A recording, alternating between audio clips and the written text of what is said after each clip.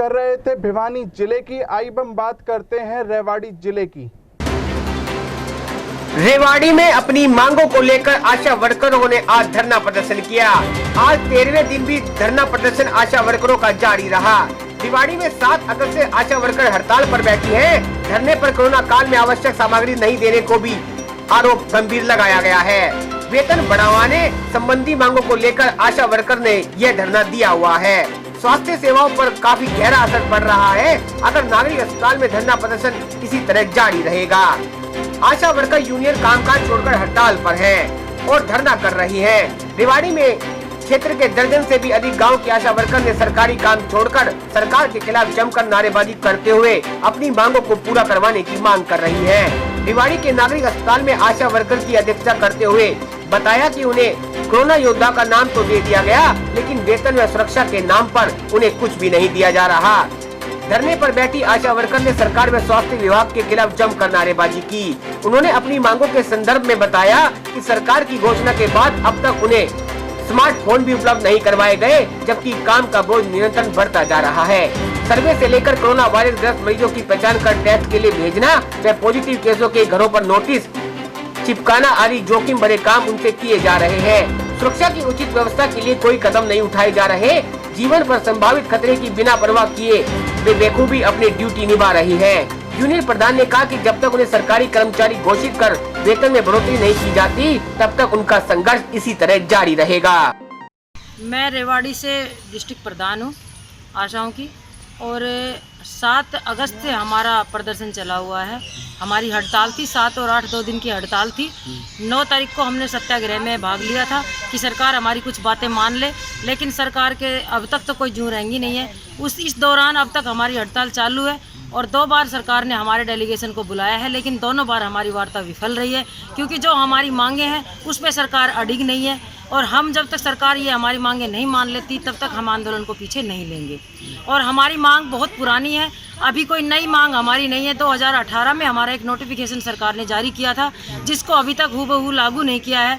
और जब तक वो नोटिफिकेशन हमारा पूरी तरह से लागू नहीं हो जाता, तब तक हमारी सारी आशाएं ऐसे ही हड़ताल पे रहेंगी। और अगर ऐसे ही हड़ताल चलती रही और जो भी खामियाजा सरकार को या प्रशासन को या स्वास्थ्य विभाग को भुगतना पड़ेगा, उसके लिए केवल और केवल सरकार भोगी रहेगी, ना कि आशा। आशा एक बहुत ही अच्छा कार्य करती है और आशा के ऊपर ही स्वास्थ्य का ढांचा टिका हुआ है।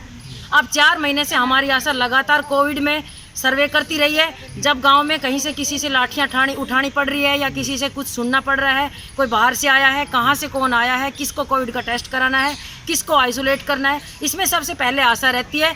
और जब आशा को जोखिम भत्ता देने के नाम आया तो खट्टर साहब ने कह दिया कि भाई और तो सबका हम डबल करने की घोषणा करते हैं, लेकिन आशाओं को छोड़ दिया। क्या आशा के कोई जान नहीं है या फिर आशा कोई निर्जीव वस्तु है? आशा काम नहीं करती है तो आशा को जब तक छोड़ देंगे तब तक हम हड़ताल पे ऐसे ही रहेंगे।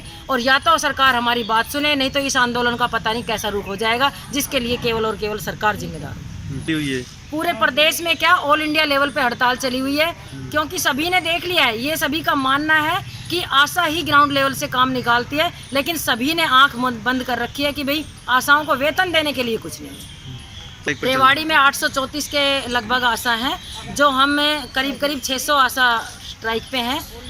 200 आशा करीब है जो हमारी दूसरी यूनियन से जुड़ी हुई है, और स्ट्राइक पे वो भी हैं, वो धरने में नहीं आ रही है, लेकिन काम वो भी छोड़ रखा है उन्होंने। काम प्रभावित है जी, रोजाना दबाव आ रहा है, कभी एमओ का आ रहा है, कभी एएनएम का आ रहा है, कभी एलएचवी का आ रहा है। ये कह रहे हैं कि भाई कोविड के मरीज भेजो, क्योंकि आशा कोविड के मरीज भेजती है, आशा एएनसी भेजती है, और जो सब कुछ पकाया है वो ऊपर तक पहुंच जाता है। इसलिए आशाओं को ही काम करना पड़ता है। पर आशा अब जब तक नहीं उठेंगी जब तक हमारी बातें नहीं मानी जाती। प्रमुख मांगे हमारी है जी, एक तो हमारा जो 2018 का नोटिफिकेशन था उसको हूबहू लागू किया जाए। दूसरा ये है कि आशाओं को जोखिम भत्ते से जोड़ा जाए, ईएसआई कार्ड से जोड़ा जाए, और जब कोई आशा संक्रमित हो जाती है तो उसको जो पैनल वाले हॉस्पिटल है उसमें इलाज दिया जाए। और अच्छे ढांचे से हमारे स्वास्थ्य विभाग को, जो हमारे सामाजिक दूरियां बनाई हुई है कि जो गरीब आदमी है उनको स्वास्थ्य अच्छा से नहीं मिल पा रहा, उनको अच्छी स्वास्थ्य सुविधा किया जाए।